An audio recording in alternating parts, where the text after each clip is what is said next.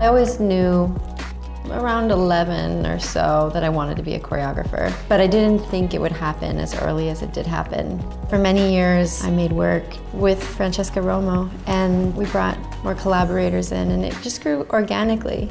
I just think it's really hard to survive for 10 years as an arts organization, as a new company. It indicates that Gallim is here to stay and to grow and adapt. Andrea's vision for dance and how it can be presented in a proscenium space, in a non-proscenium space like the Met, Grace Farms, and our space, which is a church, is just really amazing that the work can develop and be presented well in so many different arenas.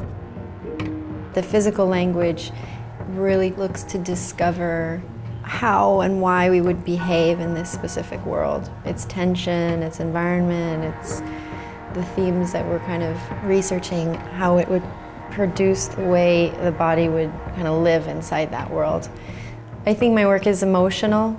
I'm looking for an emotional language that we can all recognize, but done in a physical way that is surprising. A language that isn't spoken to and for the dance audience, but can be something that is really felt by anybody. There's a lot of improvisation involved in our creative process, a lot of opportunity to create your own material whenever we make things.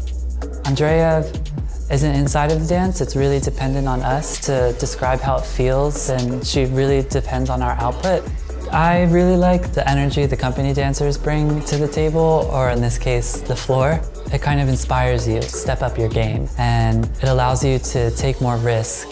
I like to try to create a very specific world that each piece lives inside of. Building basically a lot of research with my dancers, but then naming the things that we're doing. We love this term, like drenched in imagery. It's like, I want to feel like an inflation in my chest, or like a balloon of energy like coming out my head.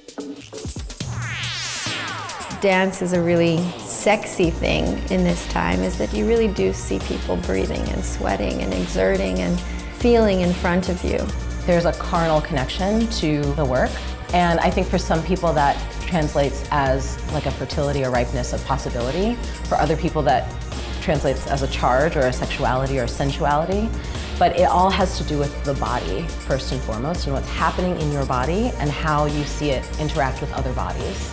The possibilities almost become endless, because the way that your body relates to other bodies, the way that you relate to your own desires, your own interests, your own impulses, it just kind of opens up a really vibrant way of existing.